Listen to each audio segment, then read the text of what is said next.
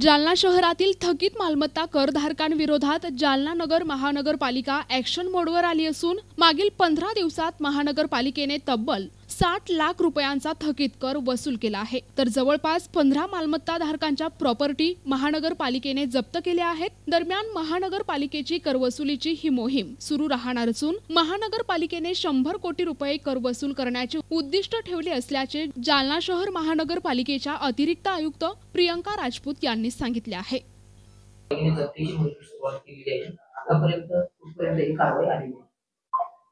आपल्याला सगळ्यांनाच माहिती आहे की जालना महानगरपालिका मागच्या वर्षी झालेली आहे 7 ऑगस्ट 23 ला, आणि त्यानंतर आपल्याला माहिती आहे की महापालिका झाल्यावर लोकांच्या अपेक्षा असतात की महापालिकेने आपल्याला सर्व सोयी सुविधा द्याव्यात आणि बरीचशी कामं आहेत जी आपल्याला करणं अपेक्षित आहे।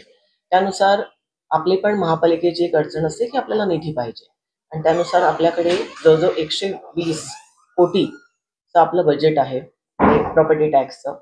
आणि आतापर्यंत लोकांची मानसिकताच नव्हती की आपण टॅक्स भरावा।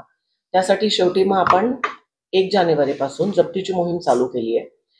दर दिवशी जवळजवळ 10 ते 15 प्रॉपर्टींना तरी आपण जप्ती करतो, आणि जवळजवळ 35 ते 40 प्रॉपर्टींना आपली व्हिजिट होते। ज्यावेळी जर लोक पैसे भरत असतील टॅक्सचे तर मग आपण जप्ती करत नाही, पण जर नाईलाजाने आपल्याला काही ठिकाणी मग जप्ती करावी लागते। अशा प्रकारे आतापर्यंत जवळजवळ 60 लाख आपले वसूल झालेले आहेत, आणि आपली अपेक्षा आहे की यावेळी 120 कोटीपैकी आम्ही टार्गेट ठेवलेले आहे की 100 कोटी तरी वसूल झाली पाहिजे। बऱ्याच प्रॉपर्टीला अजून टॅक्स लावलेला नाहीये, त्यामुळे नवीन असेसमेंट पण आपण करतो, आणि जवळजवळ 70,000 तरी प्रॉपर्टी आपल्या महापालिकेच्या आहेत की ज्यांना टॅक्स लावलेला आहे।